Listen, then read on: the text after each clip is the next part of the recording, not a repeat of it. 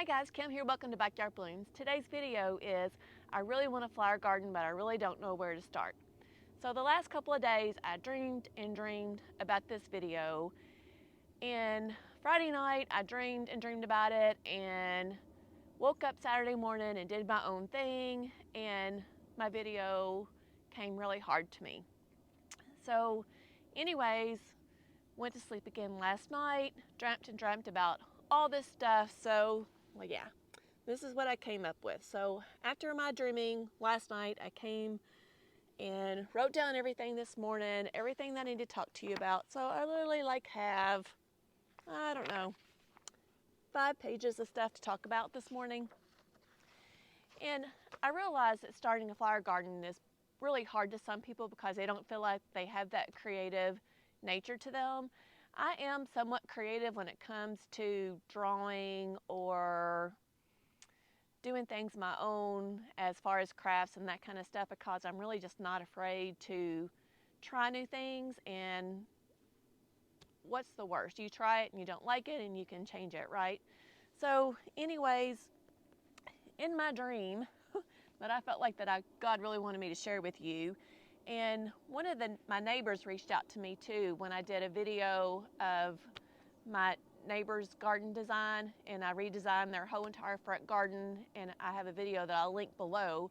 But they reached out to me through Messenger and asked me to help them next year. They want what I have in my backyard. They want all the privacy. They want their whole entire yard with flower gardens and to create their own oasis, but they're like, really just don't know where to start.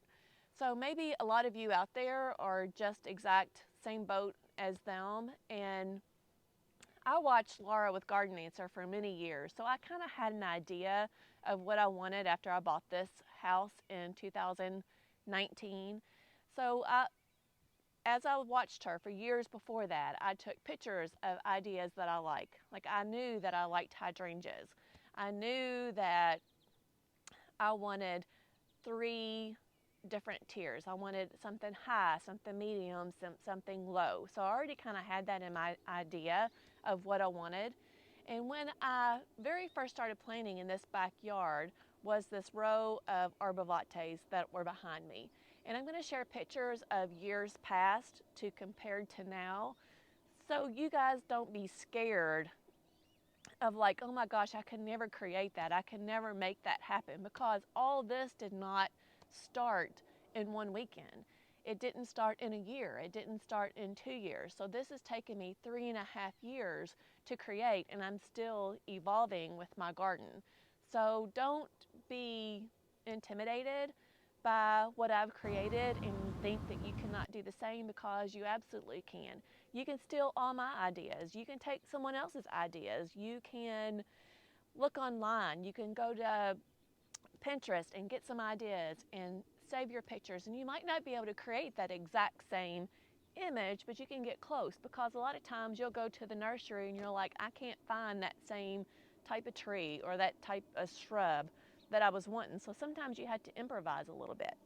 But I hope you guys don't mind that I'm going to look at my drawings here a lot and my ideas, because God gave me a lot to share with you today. So the first thing I did this morning was got up and got my pen and I started writing everything down so I can share with you guys if you're in the same boat, and hopefully some of these will help you, or it'll give you some inspiration to get out and get started in your garden. But I hope that I can help. So first of all, fall is my #1 best time to plant. I live in Zone 8. I live in Charlotte, North Carolina. We have really, really hot summers. And whenever you plant anything, it takes on stress. Just like if you move into a new house and you're coming from, say, Kentucky to North Carolina, you're a little bit stressed out. So you might not be performing at your best, but you still try to live on, right? So that's the same as plants as well. So plants get stressed. So what stresses them out? So moving from one nursery to your home will stress it out. taking it out of its original container and putting in the ground stresses it out. The heat definitely is a #1 stressor that stresses plants out. So this is my #1 time, my first of all time to plant is in the fall, especially here in the South in zone 7, zone 8, and even higher up. So you want that plant to have time to be able to develop its roots in the ground before the heat comes, because it's going to take harder for that plant to start getting more the roots established in the ground in the summertime than it is now. So I can't stress enough that it's going to be easier on you, that if you can plant now is the best time. The second time for me would be maybe March or April. Definitely you can plant anytime during the season. It's just going to be harder on the plant and harder on you to be able to keep that plant alive. So fall, this is the best time for me to plant. I believe I planted almost everything in this garden in the fall except for those arborvitaes, and I planted those in May and they struggled. So take it from me and take a lesson learned from me that now is the best time to plant these plants. So that was #1 on my list to share with you. The second is you don't have to have a plan of what you want as far as it's concerned. But things to think about are texture, height, privacy, and color. So if you're developing a garden, what is the #1 thing that you want? Do you want privacy? So if you want privacy, the #1 to think about is height. There's not too many things that you can plant that I can think of. There might be, I'm going to say 10 to 15 different options that you can plant. If you want privacy, you need evergreens, for one, because you want privacy all year round. You don't want to put a whole hedge of crepe myrtles and think that you're going to have privacy from that all year round.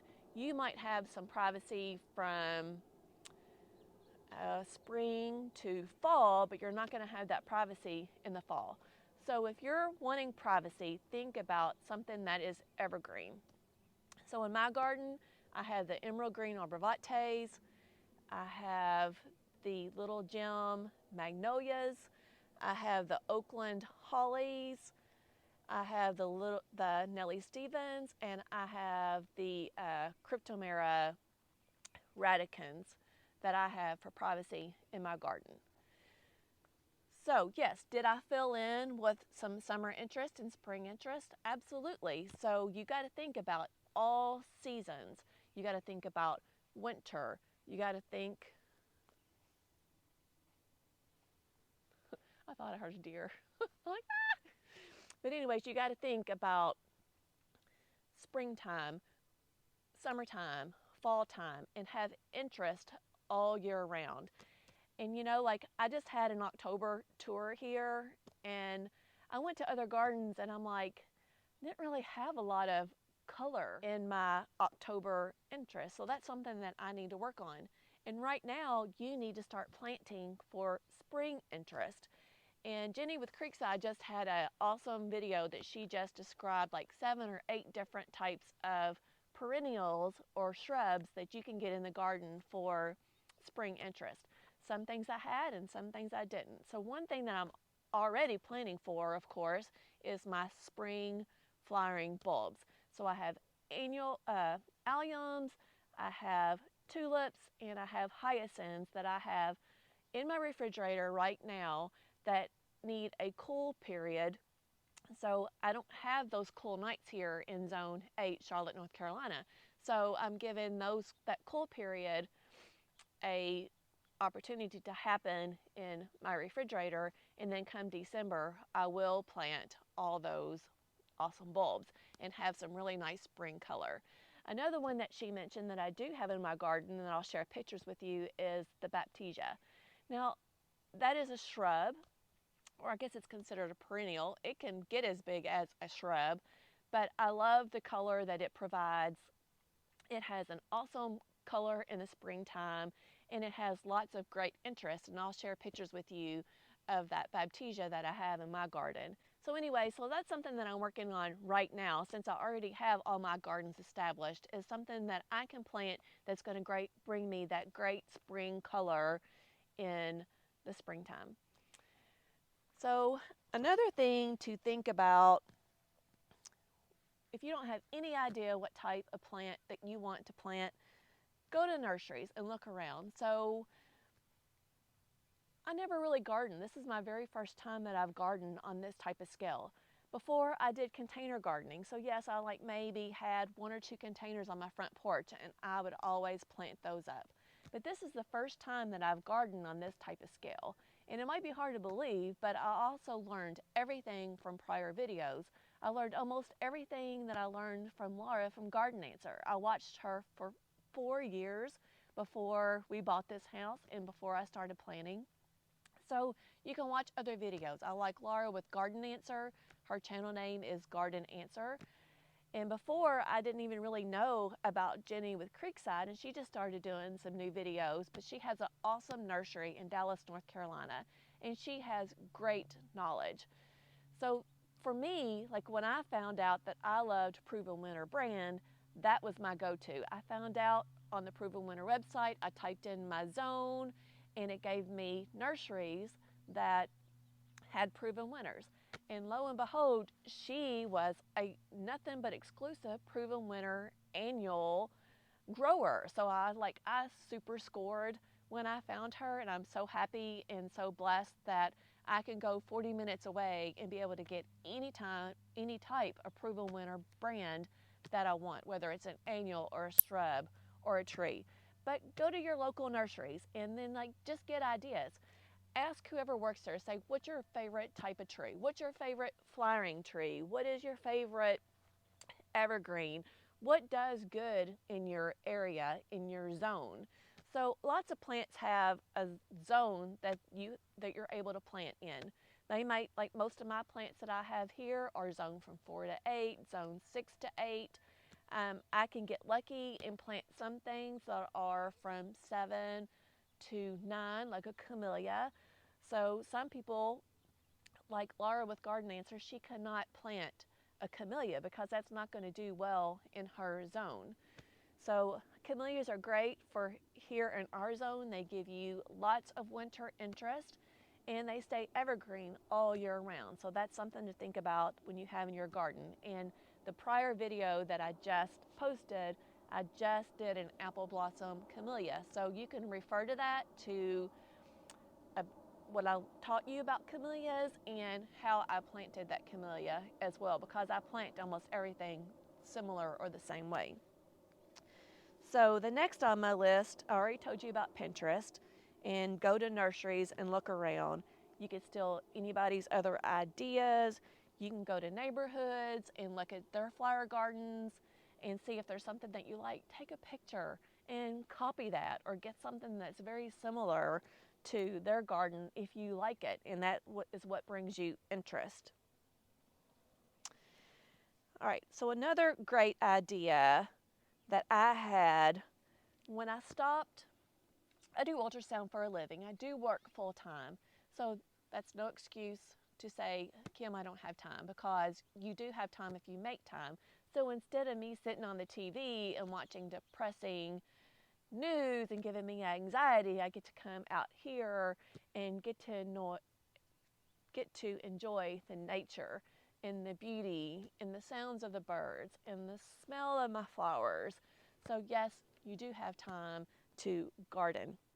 But what helped me a lot, I stopped on my way to doing one of my ultrasound jobs, and the girl told me that she gets all her trees and shrubs from a wholesale nursery called Lanham's. It's Lathams, and I'll throw the website up there for you. Now, I know some of you don't live close to this wholesale nursery, but you can get ideas of what a wholesale nursery offers you. So I got online and I looked at all the different types of trees that gave me enjoyment. Like, oh, I love that tree. I think that's beautiful. I like the texture of it. I like how deep green and glossy those leaves are. I like that they provide red berries in the wintertime. So just whatever that tree or anything that appeals to you, write it down. Write down if it takes part shade, full shade, and then write down what zone. So if it fits your zone, if it fits, you're going to plant it in full sun, if it fits that, how tall it's going to get. So like, how many trees can I put? If I have a 70-foot perimeter of a garden, how many trees can I fit in that garden? Do I want all the same thing? Do I want something that's going to be a focal point in my garden? So like for me, on the side of my, I call it my hydrangea garden, but when I started planting, it really wasn't my hydrangea garden. It was just a privacy fence at the time. But in between those emerald green arborvitaes, I put a little gem magnolia. So for me, that was one focal point that I wanted to plant. Did I spend a little bit more money on my focal plants? Yes. So that's something that you might think about, something that's going to bring more interest to your garden. You can spend a little bit more money too. And then on the very end of my garden, I think you could see it, yeah, right over here. This is a standard limelight, I think it's a little lime standard hydrangea tree. I spent a little bit more money on that tree. That tree cost me $150 when I bought it. Now plants have gone up. I'm sorry, I don't think that I could have done what I have done now, but I still would have wanted to if plants have not gone up. So they've gone up between $30 to $50 a plant. So things are a little bit more expensive now. So create your budget, because I know things are expensive, and not only do you have to think about the expense of the tree or the plant that you're going to put in there, you have to think about, do I want edging? What kind of mulch you're going to put in there? So all those things bring expense too, but you don't have to do it all at one time. I'm not here to scare you, I'm here to encourage you. So when we first did that row of arborvitaes, I didn't even have the little gem magnolia there, and I'm going to share pictures of when this looked like back in 2019 going into 2020. But anyways, I just started with the trees. I believe I bought 8 and 8. So I bought 16 emerald green arborvitaes, and I planted them on the side. Now I'm going to give you another tip, because some of it was a fail for me, and learn from me. I bought, and at the time it was really hard to find anything. Like I could go to Lowe's and I might be able to buy 3 of the same type of tree. I couldn't just go and buy 20 or 16 of the same trees at one place. I had to go to different nurseries. Things were harder to find then than they are harder to find now because of COVID, and because of people, you know, like, what do I want to say? They weren't shipping things. Like, it was harder to ship, it was harder to get inventory, it was harder to get the trucks to come in because they had shut everything down. So everything was really hard during the time that I was planting, but you can still, like, I still created this. It was still something that I was still able to do. But anyways, I just started with those emerald green arborvitaes. And I love that plant. I highly suggest this plant, but I'm going to give you some tips. So the bigger the root ball for this plant, the better. And that's for any tree. So I typically liked all the trees that I planted in there, if it had like a 15-gallon to 30-gallon container, the root ball was established enough and big enough for it to thrive here in my garden. So I highly suggest that. And I'm not big about brands on everything, but I really do like Proven Winners. During the time I didn't know, and I think this variety is new, it's called the North Pole Arborvitae from Proven Winners. And I did look up the specs on that for you because that's not the plant that I have, but if I was planting now, that was a plant that I would suggest for you. Where is that? Okay, so the North Pole arborvitae gets 10 to 15 feet tall, which is the same as what I have, and they can get 3 to 5 feet wide, which is the same. So they're tall enough and small enough that you could fit those in any type of garden scale, whether you're doing a 15-foot, if you're doing an 8-foot garden. My garden was a 70-foot garden because I had my whole entire garden outlined with trees, and at the time I didn't have all flower gardens. I just started out with my big trees, but that's why I said that this is a great time to go ahead and just get your trees in. Don't worry about your flower garden. So figure out what type of tree you want. Go to Lanham's website or any other wholesaler website that you know of and write down the types of trees that you like. Get a sketch of paper. If you want to do a whole entire garden like me, then sketch out your whole entire garden, like place where your house is. Get a measuring tape out and measure how long your gardens are and say, okay, so if I have a 70-foot garden, then and this cryptomera could get 15 feet tall, then I can plant 5 of those in that area and then space them out accordingly. Or if you know your garden, if you know these trees are going to be 15 to 20 feet wide, then you're going to need much more space than that to be able to do a flower garden, especially if you want something in front of it or in back of it. So you need to take all that into consideration. But just get your trees in first. Get your big things in first is what I encourage you to do. And then you can work on your shrubs.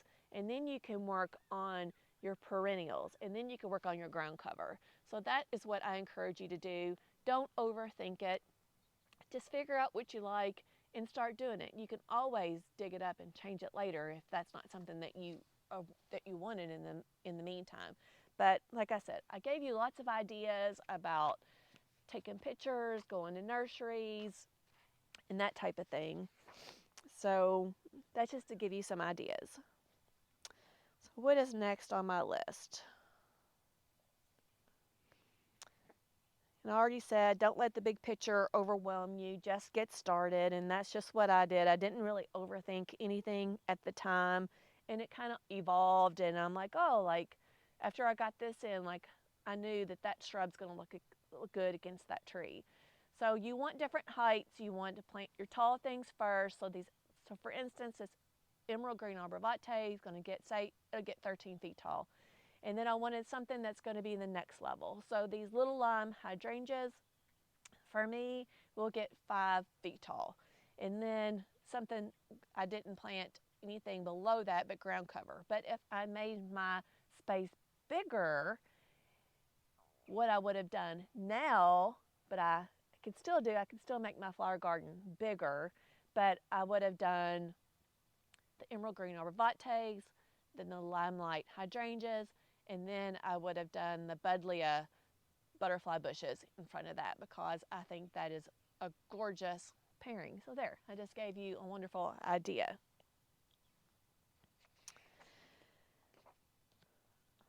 And then I already said, make sure you have something for every season because you want something still green all year round. If I didn't have my evergreens in my garden in the wintertime, it will look bare. So now that fall's coming up and all the leaves are starting to fall, look at your garden and say, do I have enough winter interest? You can always do hardscapes too. You can always add in concrete structures that will give you that structure in your garden too, that will always stay there. So I love unique stone. I have several pieces that I've shared with you with unique stone. Laura with Garden Answer, I wished I could spend the money like she spends, and maybe one day I can. But she had these gorgeous, great big tall platforms that she had these urns on. So they probably stood about 7 feet tall in the garden, and then she planted those up. and they were in front of her North Pole arborvitaes, and it's just absolutely gorgeous. I love it. I love her style. We have the same style, and even with Jenny with Creekside, me and her have the same style as well. So like I said, plant everything with your height first, then your medium plants, then your small plants, and then your ground covers. And you can't, like, it is expensive, so you need to think about the expense. So not only of the plants that you're planting, but also consider that you're going to plant mulch and that you're going to have a edging around it too. So I'm going to share with you all the edging that I have. I have concrete edging that I have in my very front flower gardens. These boxwoods that I have in my English garden here. I have just a rubber scalloped edging, and I'll show pictures of that. Another edging that you can do is metal edging, and I have a metal edging that's about this tall, and that will keep in all your mulch and keep the sod from growing into your flower beds. And then I'm not a landscape fabric person. It has been a disaster. I do not suggest that you do that. For one, it doesn't do anything for your garden. It only keeps out weeds just temporarily. It doesn't keep them out for long term. You're still going to have weeds that are going to grow because the weeds are going to grow on top of the mulch. It doesn't do anything good for your soil because when that mulch breaks down, it turns into compost, and then that's when you have those nice, gorgeous, earthy worms that will like help turn over your soil. So if you have landscape fabric, they say that it will eventually go away. It has not gone away in my garden in the last 3.5 years. And every time I plant in it, I have to stop and cut it with scissors, because if you put your auger in there, that fabric just wants to like wind up around your auger and like twist your wrist. I hate it. I don't suggest it. I don't feel like it's a great idea. So when you're thinking about, so once you do get your trees in, maybe you have everything that you know you want. You already know you want what your trees are going to be. You already know what type of shape you're going to have. So yes, this is kindergartner sketching, but anyways, it gives you the same idea. So you can do a straight garden with scalloped edges. You can do a kidney bean garden here as well. You can do an L shape. You can do just a rectangular, and you can do like something that's circular that's in the middle. So your options are never ending. So this is what I have similar here in my rose garden right here. So I have a fire pit here, and then I sectioned it off in 4 different quadrants, and I have like an area here to like separate, because I have boxwoods here, here with all my roses in the middle. If you don't want like a fire pit, you don't have to do something. You can do something different. You can have a gorgeous fountain in this area. You can have just a sitting area in this area. So I like when you do like a whole entire, especially a whole entire backyard like I have, I like to create rooms. I didn't know that I wanted to create rooms in the beginning, but it is absolutely gorgeous. I like something that I can walk around. I want to be able to walk around in my garden. I want to be able to take a cup of coffee in the morning time, and I want to be able to take a stroll all the way around my garden. So, and that's another thing too. Once you get your gardens established,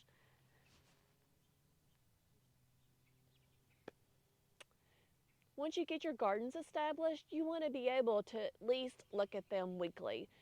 So look for disease, look for weeds that need to be pulled. If something needs to be trimmed, then go ahead and trim it. So something that you can, the maintenance that you do on a weekly basis will help you in the long run as well. Plus it gives you enjoyment. It gives you time to come out here and look at your creation that you did. Okay, so another thing that I thought about last night to share with you. At first, especially in the summertime, I tend to overwater everything, and I didn't know like how to judge if I'm overwatering something, if I gave it too much water. For example, these emerald green arborvitaes take a lot of water to get them established. So maybe not so much in the fall, but if you planted them in May, then they needed a lot of water.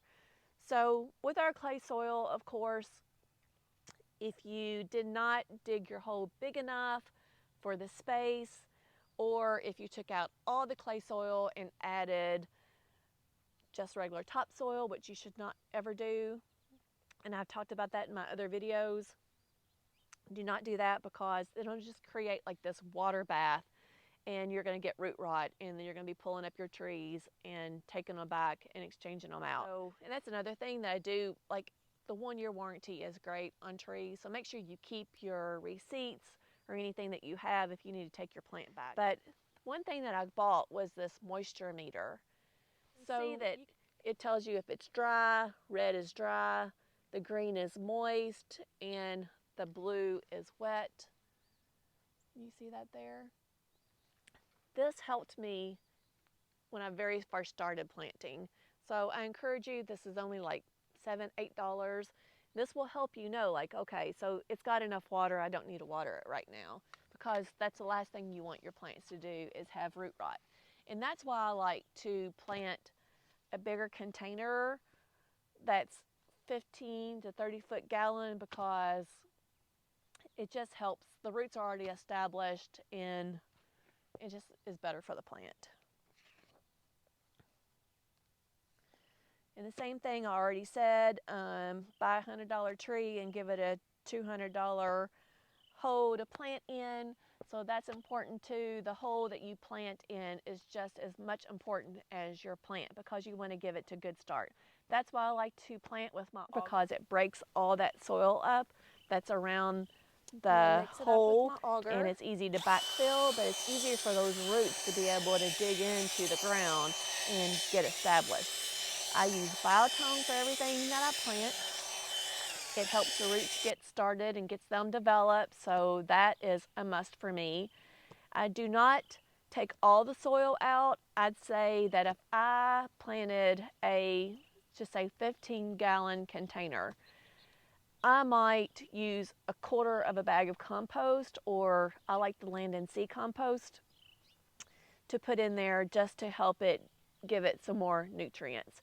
And then you can also top dress it also. So I just grab a couple of handfuls and put it on top. I mix all that with my auger. I mix my compost, which is, I like the Land and Sea, my biotone, mix all that with my auger, take that dirt out and put it into the container that you're going to remove your plant, put some of that dirt in the container, plant your plant in there, plant it about 1 to 1.5 inches above the soil level, and then mound your tree up like this. I don't know why some gardeners like want to put like a donut shape around it. That's just going to encourage all the water to stay underneath that plant. You need it to drain, especially in our hard clay, so in zone 8. So if you have that hard, heavy clay, all that suggestion works for me. All right, I already talked about the gallon size, and I already talked about the reputable brands that I like. I love Proven Winners, and I like Monrovia. So all those plants have really done well for me.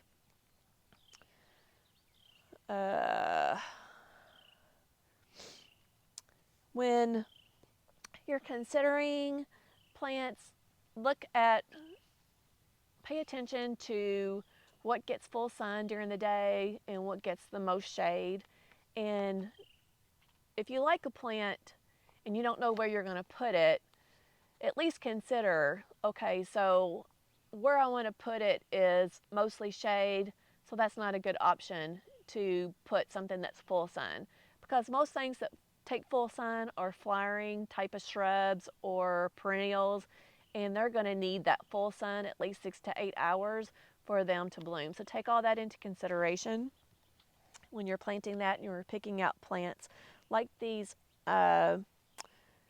hydrangeas, these limelight hydrangeas. They're a panicle hydrangea, so they can take more sun.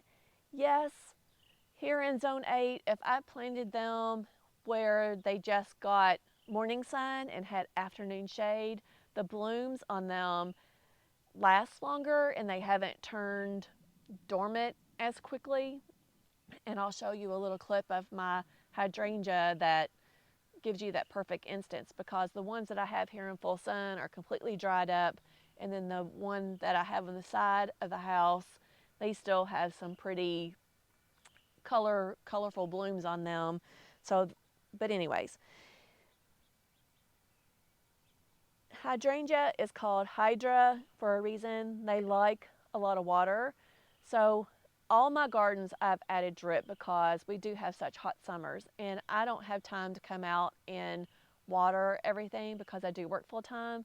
But even if I did have time, I don't want to spend all my time watering plants. So I encourage you to add drip. I have several videos that I will link in my description down below how I added drip, and I didn't take a class. I didn't hire anybody to add drip to my gardens. I feel like it's something that you can do yourself, and it would cost you less than $200 for, I'm going to say, each garden. I'm not going to say I can't do this whole entire backyard with $200, but each garden maybe $200 or less. So look for those links below, and I'll share exactly how I did that with. And I actually learned all that from Laura with Garden Answer too. So thank you, Laura. Okay, so the next thing that I have on my list is take into consideration what things are going to look like from 3 to 5 years from now. Because the very first year that you plant something, they're going to sleep. In the first year, you just want that plant to develop a root system. That's the only thing that you're mainly concerned with. And then the second year they creep, in the third year they're going to leap. So my garden is 3 years old, so most things this year have leaped. So just take that into consideration. Just kind of imagine what things are going to look like. So you might be planting something that's 6 foot tall, but imagine in 3 years when that plant is going to get 3 times that size. So take that into consideration when you're doing your flower beds too. So another thing that my next on my list is that I had my design come to me in a dream, and I felt like that God helped me design my garden, and He definitely wanted me to share this. So that's the reason why I'm doing YouTube, by the way. So listen to that inner self. Sometimes I don't always listen to it. Like I didn't listen to it Friday night, and I got up and my whole video I struggled with. So anyway, so again, I dreamt about this all night last night, and then I got up and wrote down my ideas. So listen to God, what He's trying to tell you. He does talk to you. You just need to listen to that inner self. And what's on my next one? If you can't dig your own holes, then get some help. My husband, my poor husband, I've asked him so many times to help me dig holes. It's not so funny. I'm able to do small shrubs. If they're in a 2 to 3 gallon container, I'm able to do that myself. But I could not dig a hole for 15 gallons or 30 gallons. So he helped me a lot. He helped me a whole lot. And I so appreciate him.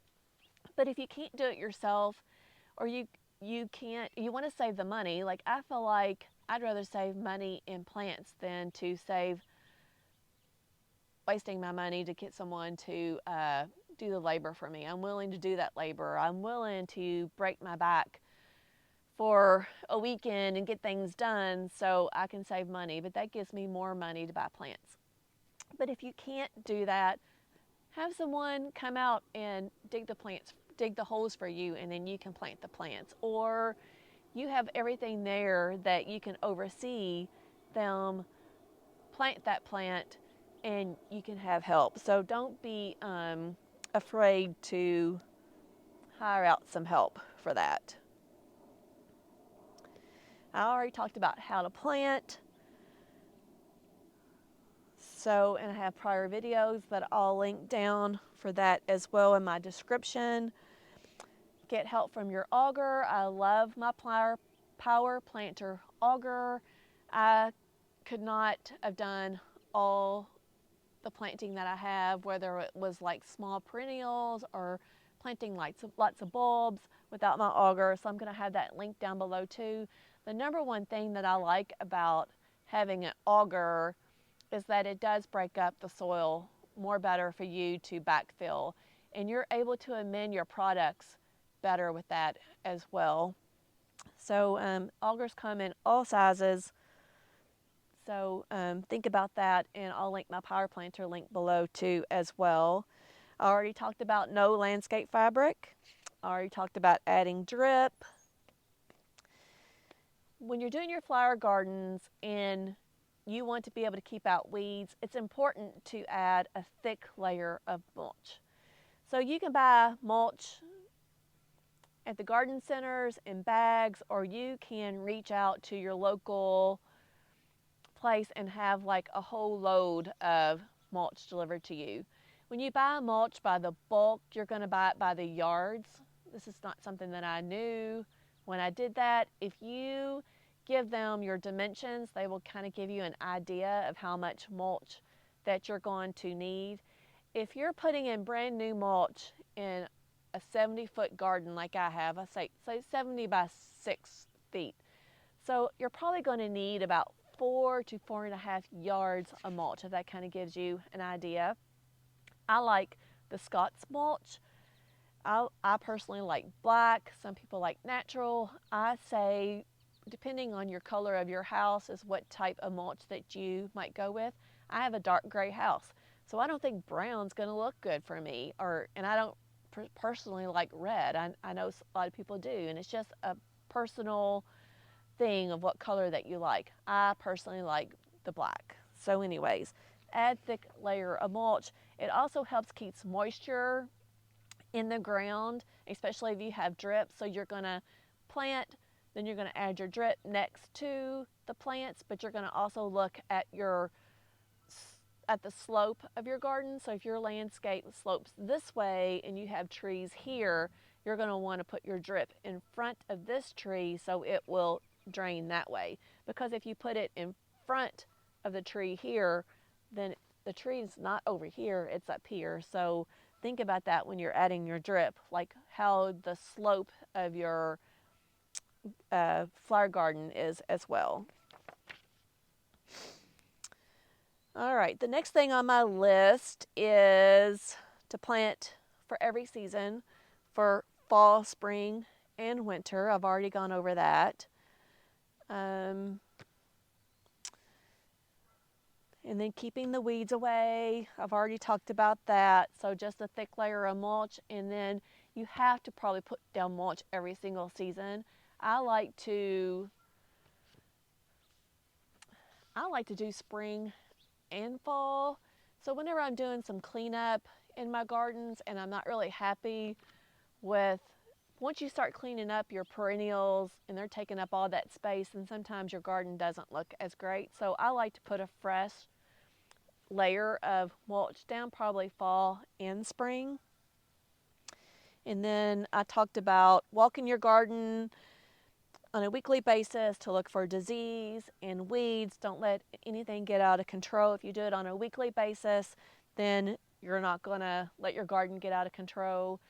Laura with Garden Answer, she breaks hers up in zones. My garden is not that big to break up in zones, but say on Saturday, if I wanted to just look at my hydrangea garden and get all that trimmed up in that one day, then I could do that. And then on Sunday, if I wanted to come over into my rose garden and fertilize and feed my roses or give them some kind of preventative disease care, then I can do that on Sunday. So you can break your maintenance up in zones. And then another thing is preventive spray for your plants.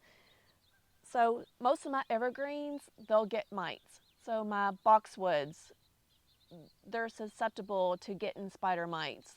These emerald green arborvitaes, they're susceptible to getting mites. So it's not, if they're going to get it, they're going to get it. So you're going to preventive spray they say that a good time to spray is when it starts to heat up. So I'm going to say May and August is a good time to spray for spider mites.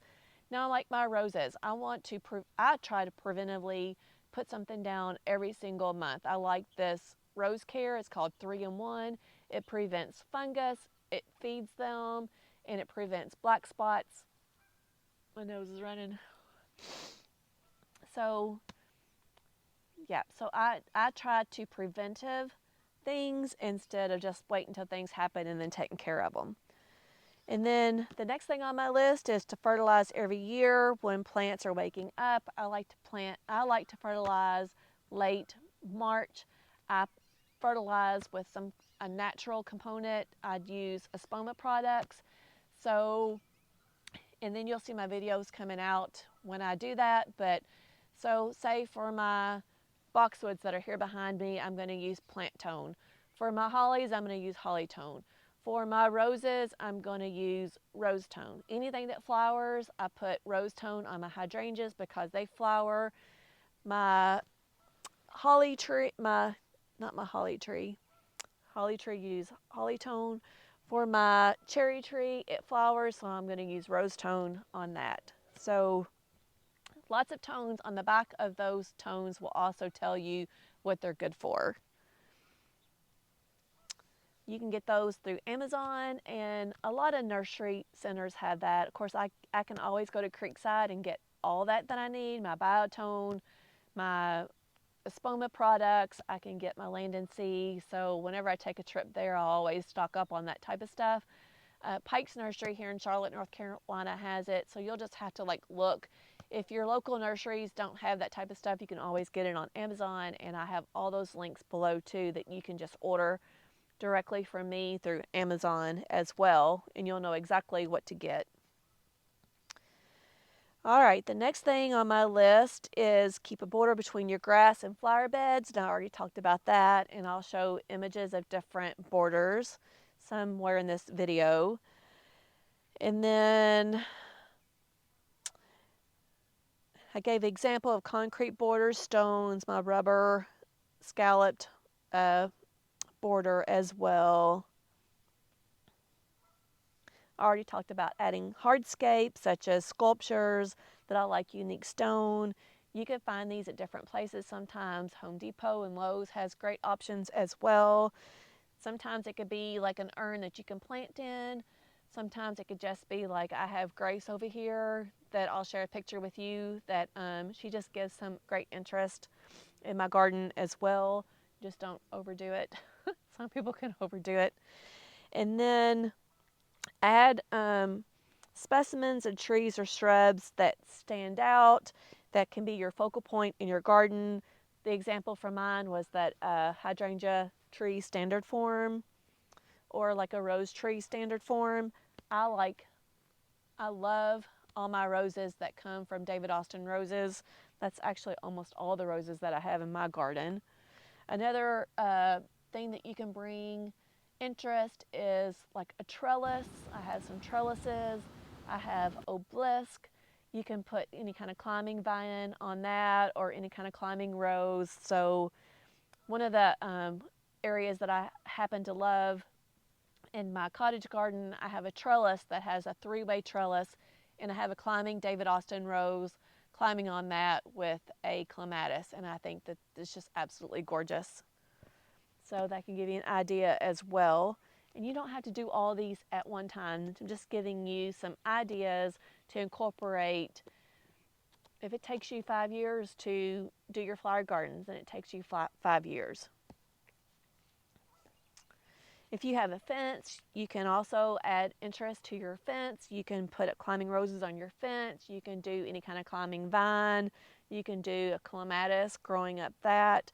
If you have a fence and that like a big wooden fence, you could add trellises to that and have something climbing on that. That gives you another idea. Make rooms for your flower beds. Create sitting areas. And then I have a sitting area here in my flower bed, and I absolutely love it. It's a great time for me to just come out here with my coffee or a glass of wine and then have company, and it's just enjoy nature. It's just absolutely beautiful. I can't even describe like how I'm looking at my roses right now, how I can smell my roses, how I can smell the fire burning from our fire last night. So create rooms and create little sitting areas. You can also take a chair, and if you come out your backyard and you're like really don't know like what space you want, like I encourage you, if you sit on your back porch most of the time, then that's where you're going to sit, and that's where you need to create your flower beds so that you can see them and enjoy them. So bring a chair and move it around your garden and decide like what type of flower garden you want. So I just talked about all that was on my list. And then I want to talk about like nature's going to love you for what you create. So I have so many birds that love all my trees, and I have squirrels and rabbits. I encourage you like to plant several trees where you're going to put like some kind of bird feeder next to, because birds need that safety as well. I don't think would have as many birds if I didn't have any kind of tree right next to that for them to land on and then to go from the tree right to the planter. So I encourage you to do that.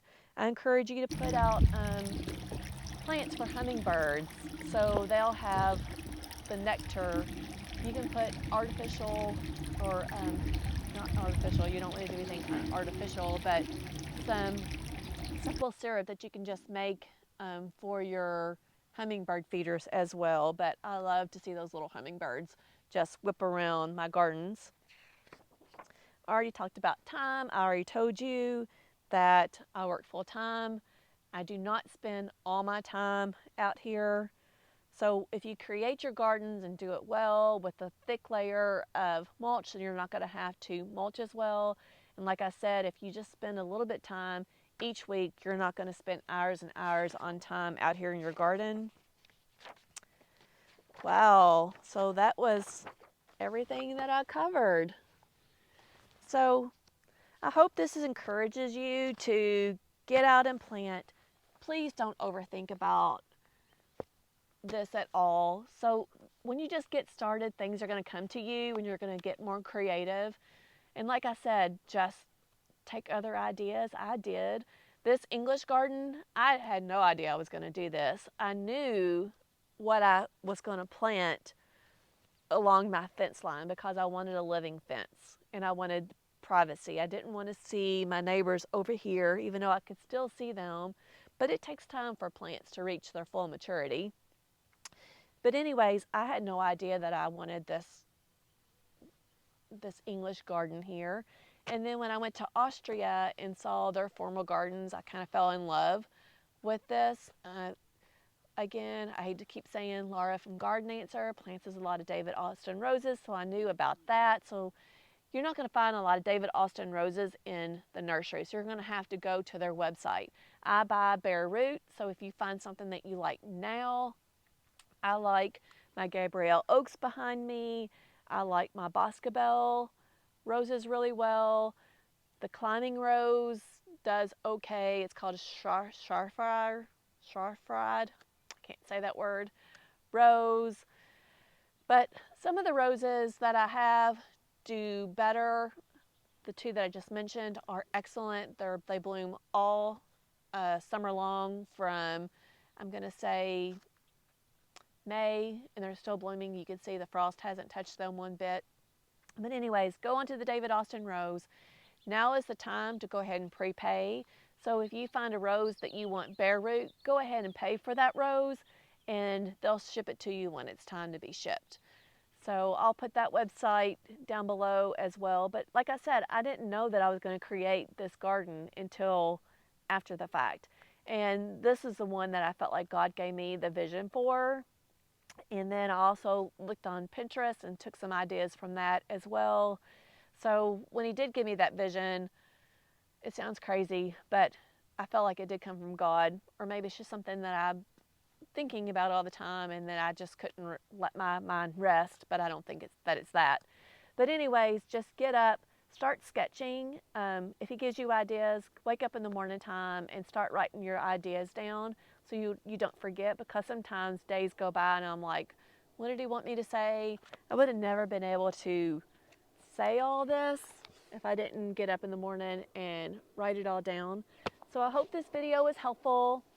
If you have not subscribed to my channel, it helps us tremendously. I'm at 700 subscribers and I get monetized when I'm at 1,000 subscribers. So please, please, please subscribe to me. I hope to keep encouraging you. I hope to keep giving you